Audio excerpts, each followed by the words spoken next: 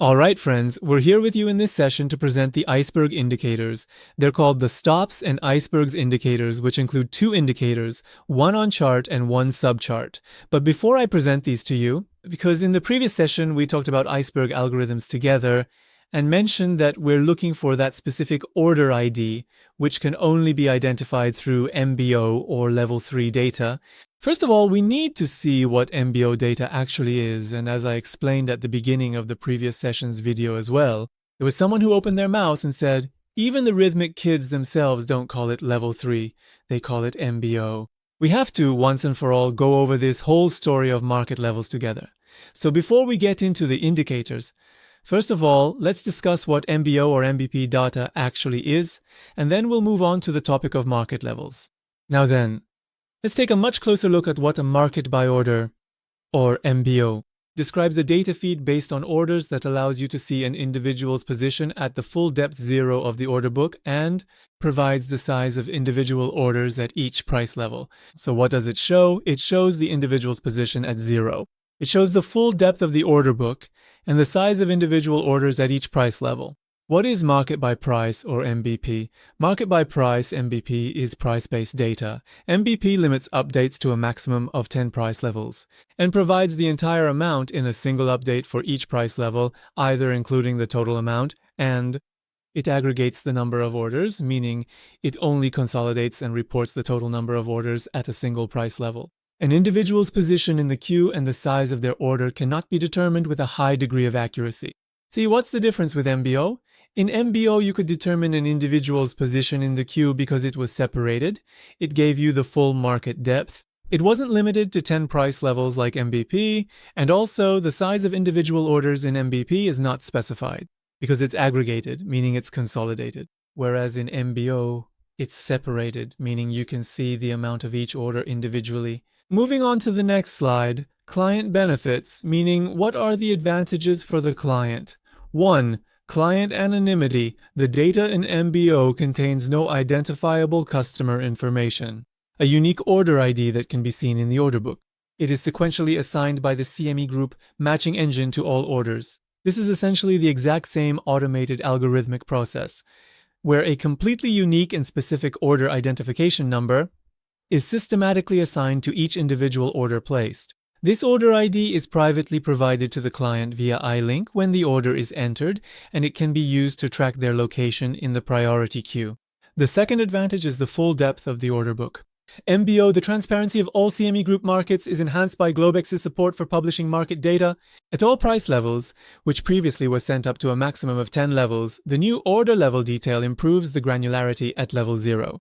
This means with MBO, you will have the full depth, and you will no longer be limited to just 10 price levels. Alright, let's move on to the next slide together to compare MVP and MBO. Now I just want to say the same thing. You can also see it visually and in chart form so it becomes clearer for you. It says market by price. It provides the total number and the number of orders at each price level, but only summary information for the top 10 price levels is published. Participants cannot definitively determine the position of the order in the queue. Look, 1, 2, 3, 4, 5, 6, 7, 8, 9, 10, 10. You are shown 10 price levels for the asks and 10 price levels for the bids. Each of these is aggregated, meaning the total amount of orders at that price level is displayed to you. There is no further breakdown. That's exactly what it's saying. An individual's position in the queue is not specified because only the total amount of orders is shown. It's not broken down. This MBP data weakness, then we'll move on to the next slide. The MBO data is the same as before, under this name, and you can see here in this chart that it's broken down. Also, notice 1, 2, 3, 4, 5, 6, 7, 8, 9, 10. Now, however many price levels there are, that's determined by the data provider you're using. As long as there are orders placed, they will be displayed to you in the MBO data. The price levels are also shown in a detailed manner, and now let's read this together. It says market by order. It provides individual orders for all price levels, meaning it's not limited to just the top 10. Unlike MBP, from this point on, I want you to pay closer attention. Look, each order is assigned an anonymous order ID for identification and a priority ID for sorting. First of all, remember these anonymous IDs because later on when we talk about the different levels, we're going to need to use this concept. You might get confused at some point. Look, each order we're talking about is assigned an order ID. The order is linked to the client who is placing it, and a priority ID is assigned that determines the individual's position in the queue.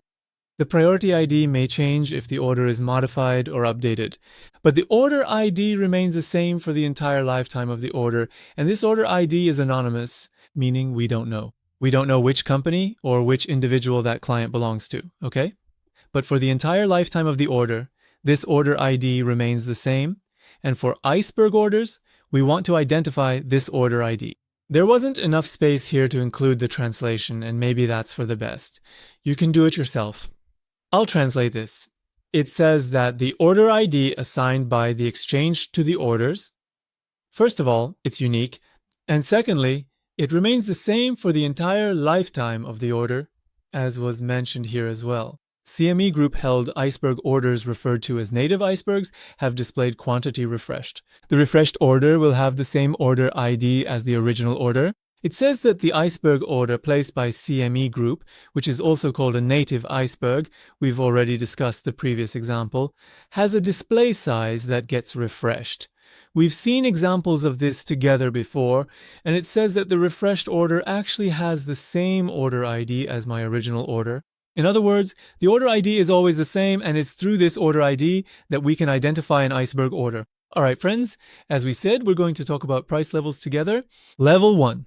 Data. Level 1 shows the price and quantity of the last executed trade and displays. Real-time best bid and ask.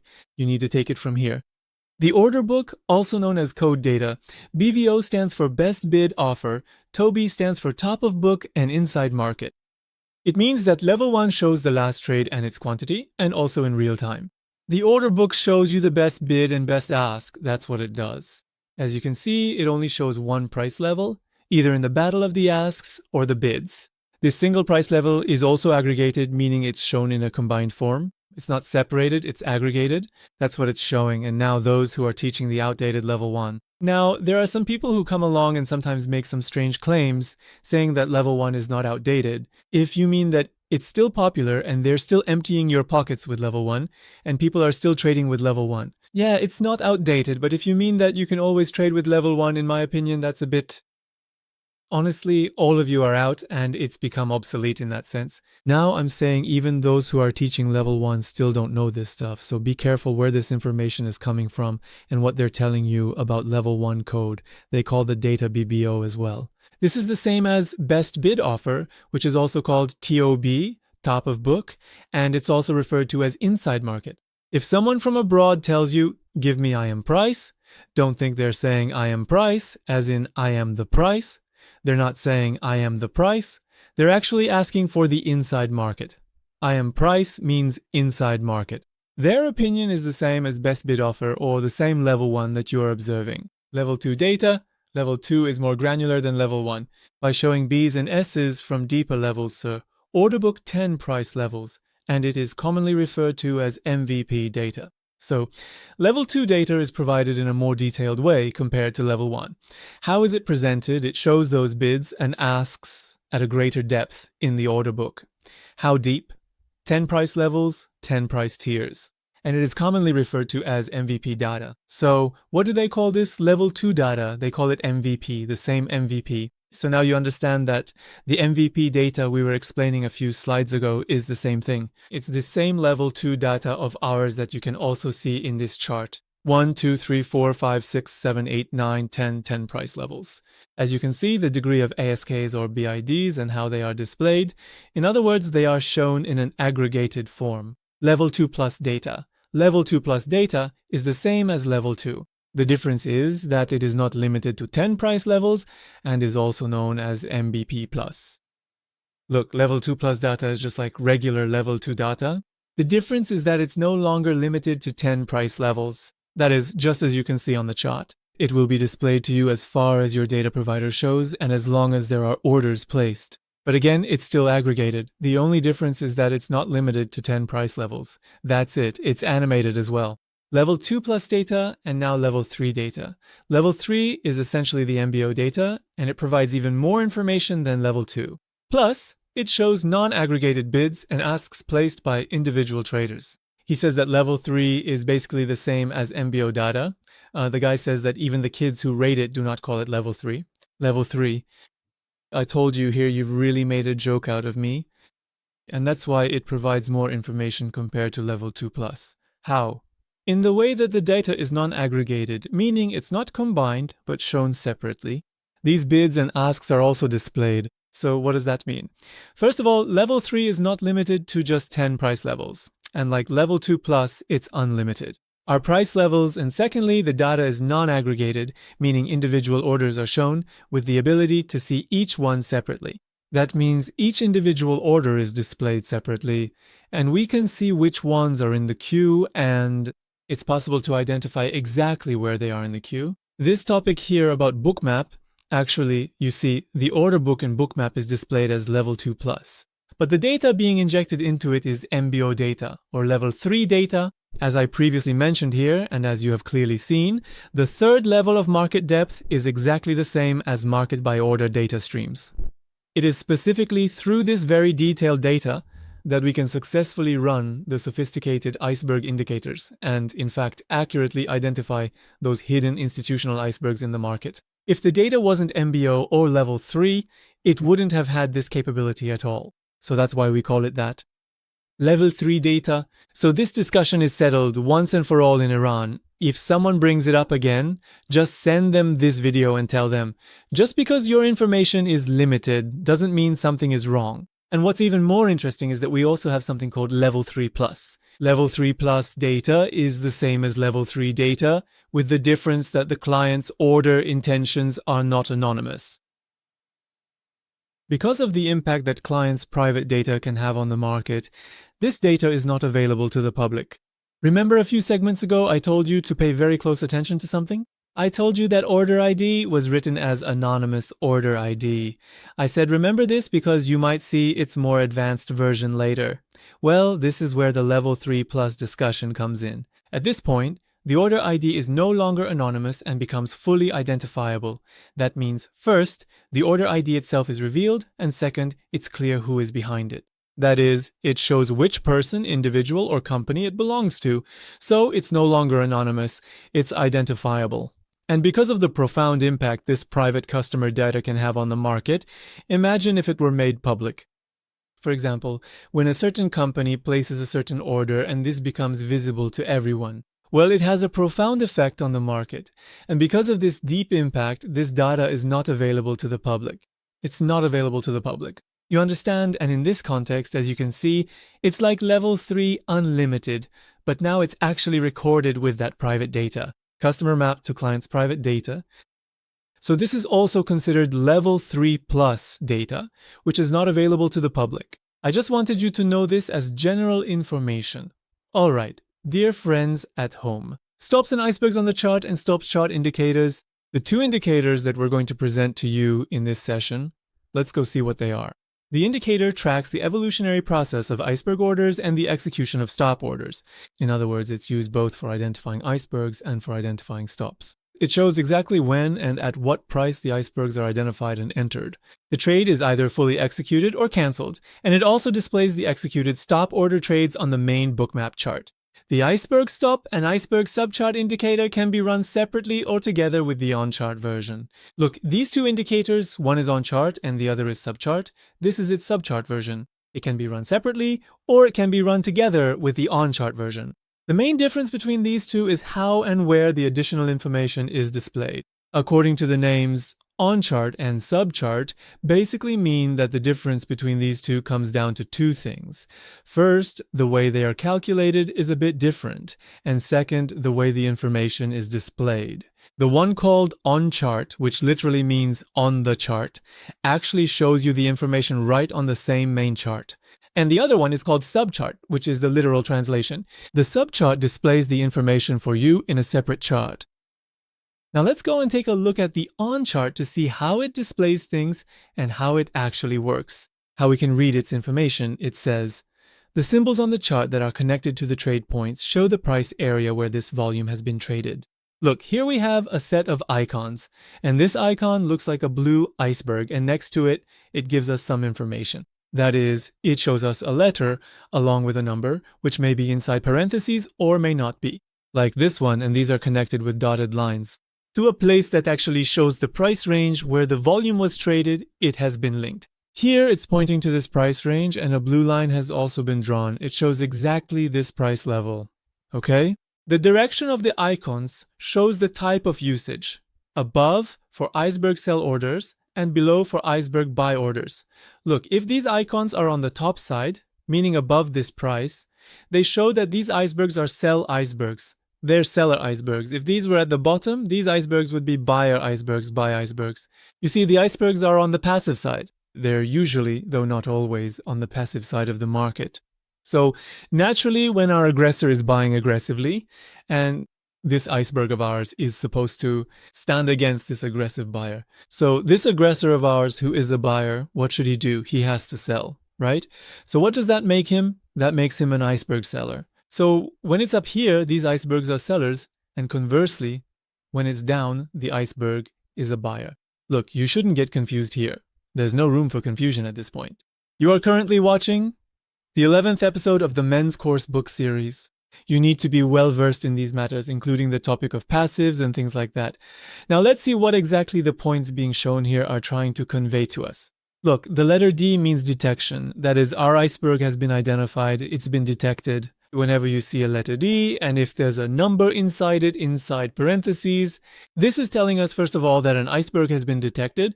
Secondly, that number displayed inside the parentheses is showing us something. It says that, well, this means the iceberg has executed a trade.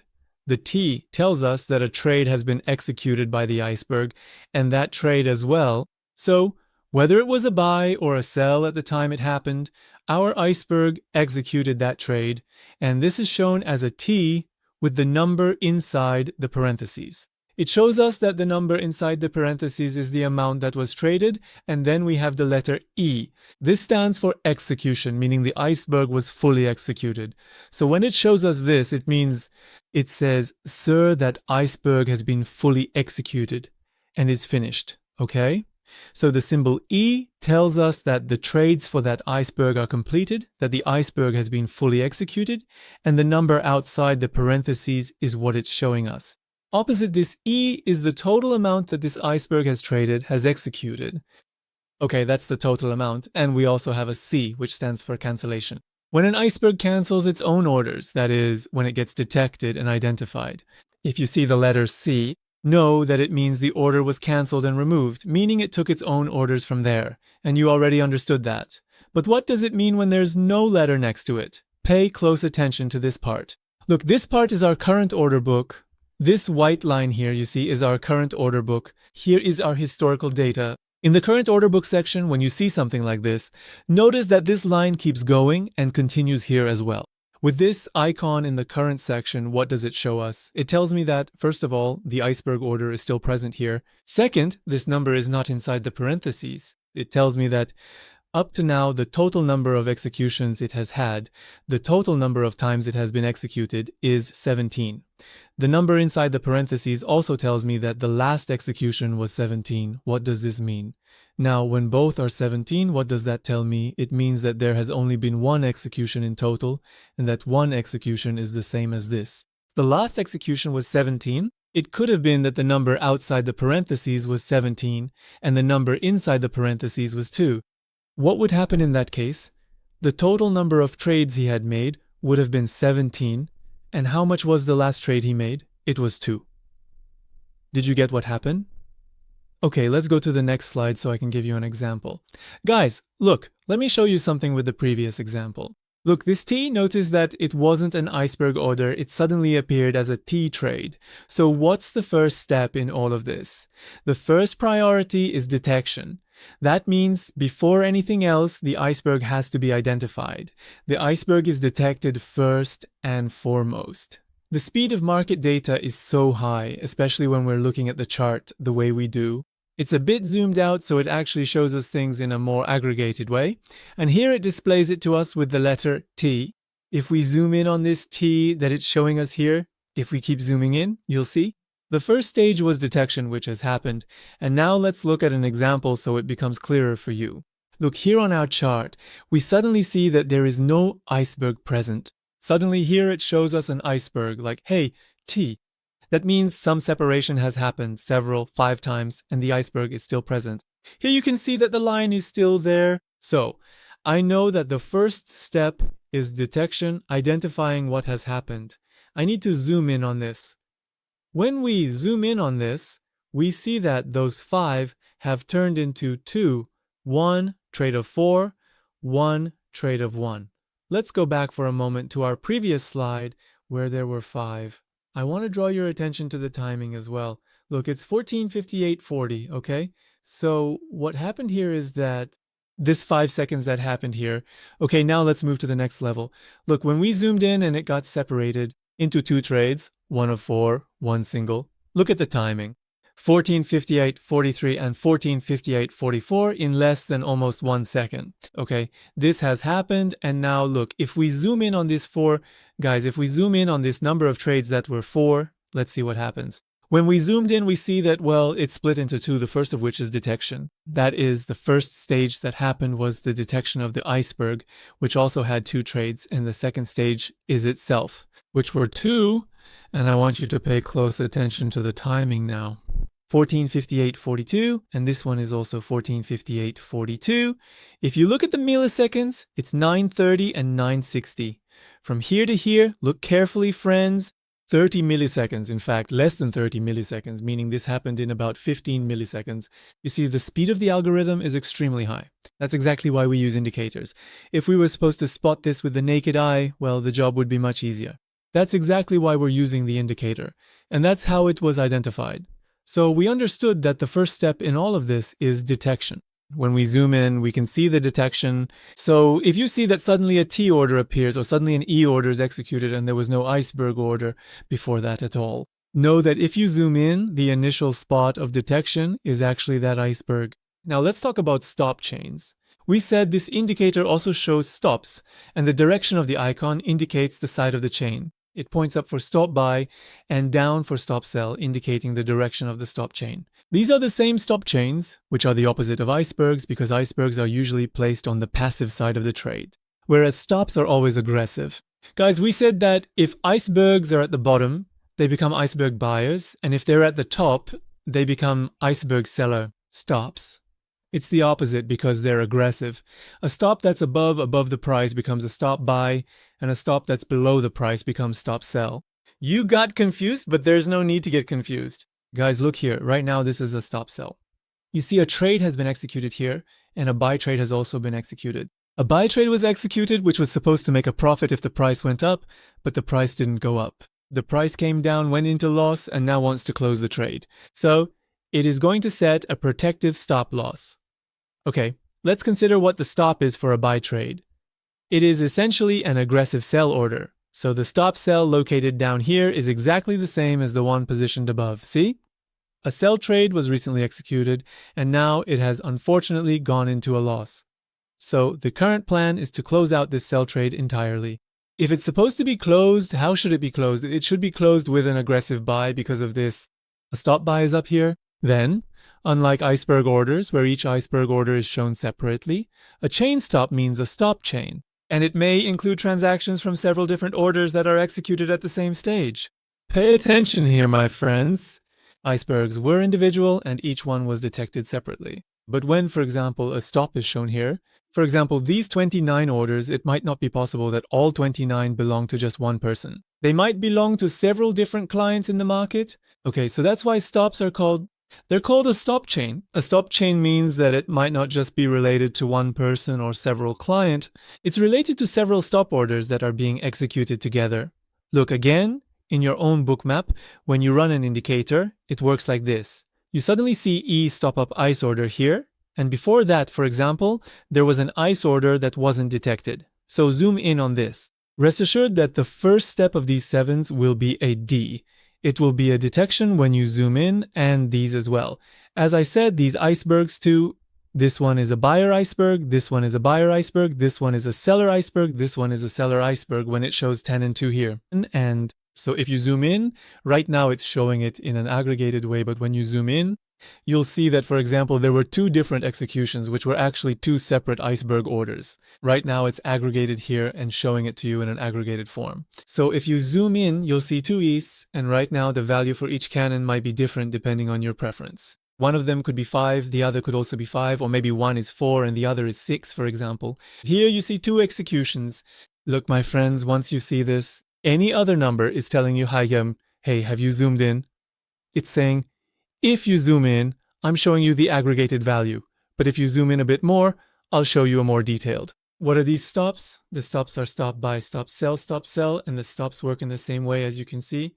Right here it shows 12.2 and it's displaying like aggregated. If you zoom in a bit more, you'll see that it also shows you the breakdown. If you zoom in, it shows you things in more detail. And what about these stops? The stops are stop buy, stop sell. And as you can see, the stops are also in the same way. Now here it shows 12.2, it's displaying your cumulative. If you zoom in a bit, you'll see that it shows you the breakdown as well. Alright friends, the flowers at home, welcome to your own bookmap for add-ons. There's one point you need to keep in mind, and that's that you should have imported the data directly into the bookmap. Look, in the very first session of this course, I taught you how to download the bookmap, how to install it, how to activate the license.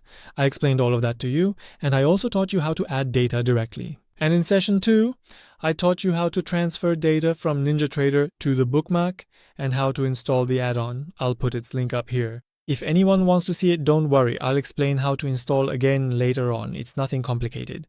But the important point is that you need to make sure you've imported the data directly. That means your data should have been sent directly to Rithmic and not imported through the NinjaTrader adapter. Because our add-ons are MBO bundles and work with level 3 data. And if, for example, you imported data using the NinjaTrader adapter and then try to load the add-on, you'll get an error saying that MBO data was not found. This is an issue that some users might encounter. I wanted to mention this right at the beginning. Connect directly to Rithmic. So how do you add the add-on? When you click on the Configure Add-ons option, a page will open for you. Click on Add, and then you need to go into that folder. The folder you downloaded in the first session, which contains another folder inside it. FOMO trade indicators, which are the indicators you'll need for this course, have been provided to you, and we're going to load 2 of them here. Stops Icebergs subchart and Stops Icebergs uncharted. Now I'm going to load this uncharted one. Click on this radio button, click on load, and to make it load, check this tick box, meaning tick this option, and then wait for it to load. Since I downloaded the data from noon until now, meaning I recorded it, it's quite heavy, so it will take some time to load. Make sure this tick is enabled, because this tick is related to the Iceberg's visual settings. If this tick is off, see? It loaded now, okay? If this tick is off, it won't show you any of the icebergs. So, make sure to check this box so that the icebergs are displayed for you. Now, let's move on to these settings we have. When you select this option, the threshold is basically the aggregate one and the second one. The individual threshold is another threshold which actually relates to the iceberg individually. Let me just talk about the second one, the individual threshold. See, now that this is set to 10, you notice that this E5 is faded. Let me set it to 0. Look at this, see this E5? If you define a threshold for this window, anything below that threshold won't be displayed.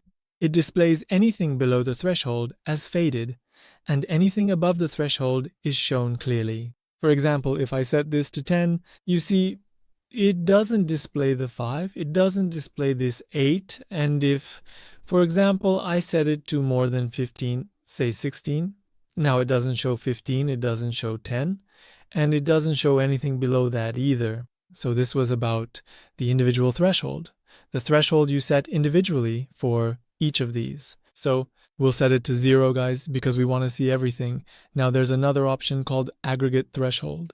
The aggregate threshold is related to when you zoom out and want to view things in aggregate. So I'll set this to 500 to show you what happens. When I set it to 500, all of them become faded because right now there's nothing on the screen that exceeds 500 to be displayed. Maybe the highest one is this 383, which I'm not sure if you can see or not. It shows them faded. If I zoom out, I can see where my aggregation goes above 500. Look here. If my aggregation goes above 500, it shows it to me clearly. This one is 240. This one is 452. This one is 13. All of these are less than 500, so it doesn't show them to me.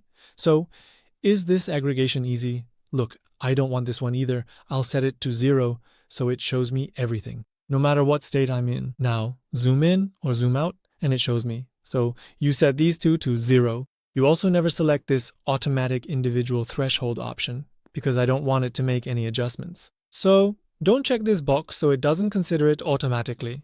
Set these two to 0. Up to here, that's done. All right, the next option is apply threshold to active icebergs. Look, when an iceberg order is semi-executed and still present, and we can still see its line. If you uncheck this option, it will no longer show us the iceberg order that is still active. So you should keep this option checked. Keep this Show Filter Icons option enabled. When it's on, guys, you can adjust its transparency here. You can set it up here however you like, play around with it, and adjust it the way you want. Let me set this threshold, for example. For example, I set its threshold to 16, so it does not show me this 15. Now look, when I lower the transparency, see, when I move it towards 30, it's a bit less, it's right on 30. You can see that it shows me a bit more transparently, but it's still lighter than this. Now if I move it towards 0, you can see it gets really faint, almost invisible. I usually set it around 60, which is my default value. So this is also something that's up to your personal preference, and you can adjust it however you like. These options that are here, as I mentioned, set this filter to 0 as well, okay? Up to this point, make sure to turn on all these options that are here and leave them unchecked. Except for this one, Aggregate E and C. Look, when my iceberg order gets cancelled, I want it to show me that it was cancelled. If I check Aggregate, it combines them together and then I can't tell that it showed me cancelled here. Show detection will display the detection for you. Show trade icons will show you the trade. Show execution will display the execution. Show cancellation will show you the cancellation. And active icons will display the active icons for you. Leave this as it is. Show event type, show total volume, and I want to see the volume as well. Look, oh, the volume is swelling. I want to see how much volume is here. Leave this option turned on. So set all of these like this as well. You can choose the color. Those at the top are sell and below are buy. You can set color to each. We don't need this. We already know what's at the top and what's at the bottom. There's no need to change this either. Now, if you want to change it, meaning if you want to adjust some visual aspects, like for example, how big your icon size should be. See, the more I increase it, the bigger it gets. Let the start remain at 17, and this is the offset. See, it shows you this offset from there. The less I set it, the closer it gets to that price level. The more I increase it, the farther it moves from that price level. Keep that 120 as it is. What does this order line actually show you here? See, this is where the trade has been ice broken. Look, this one is thicker, or I don't know if you can see it or not. I hope you can see it. If you can't, set the video to 1080p so you can see it much more clearly. Here you can see that right now, at its thinnest, this line is very narrow. Pay close attention. I increase this in this area. See, it gets thicker. I hope you noticed that. This is what happens. Okay? For example, take this one. This also relates to the thickness and the width of this offset line that we have here, as you can see. The more I increase it, the more it grows, and the less I make it, the less it becomes. This is also a matter of personal preference. Leave this aggregated view as it is. Basically, if you leave it on, you see that it shows things much more separated, and we don't want it to get that cluttered. So turn off this option so that when you zoom out, it actually aggregates things a bit. This also relates to the same settings, where you can adjust the timeline linearly as you wish. If an aggregation has occurred at several price levels vertically, With this, you can adjust it, but I won't go into it now, and here the iceberg-related settings are finished. So, friends, if I click this, you'll see that this section is done. The next section is again related to alerts in the context of icebergs.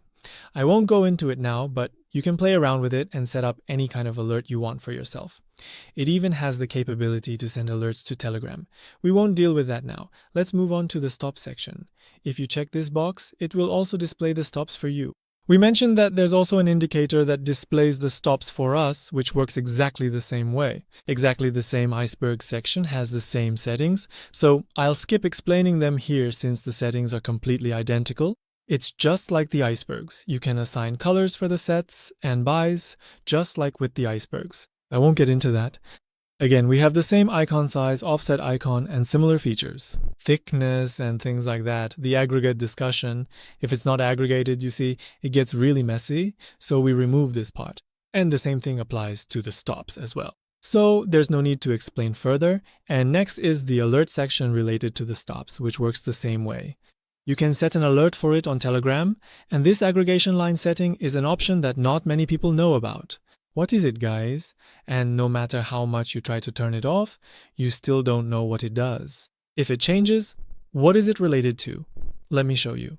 In this settings section, if we go to the performance section, there's a part there. It's for automatic aggregation. Let's see what happens here. I don't even remember myself. I told you exactly not to mess with this section. What is it related to? Look, when the market data becomes too much and it's really heavy, your system comes under a lot of pressure. To make things run more smoothly, it starts aggregating the data and gives you the data in an aggregated to you. And so it can perform better. Of course, the accuracy drops a bit, but still, it's not enough to cause any real issues. Okay, my friends? When this option is enabled, it shows you the data that had gone under load and was displayed to you in an aggregated form inside Bookmap. That section will be marked for you in yellow. You can change the color if you want. In this part, the data is in an aggregated form, and it was when Bookmap was under pressure and in a way to achieve better performance. There, it was aggregated and the data was consolidated. And this is displayed for you, and here is the restore option so you can return it to its default state. Okay, to add an indicator subchart, we click on this add option. And from the list of indicators, we load the Stops Icebergs subchart indicator and click the Run Redo button. We click Reload, and here we check this part so it loads for us on our chart. But unlike the on chart, it doesn't appear on the chart itself. The subchart is in a separate secondary chart. How does it display for us? And how quickly does it load?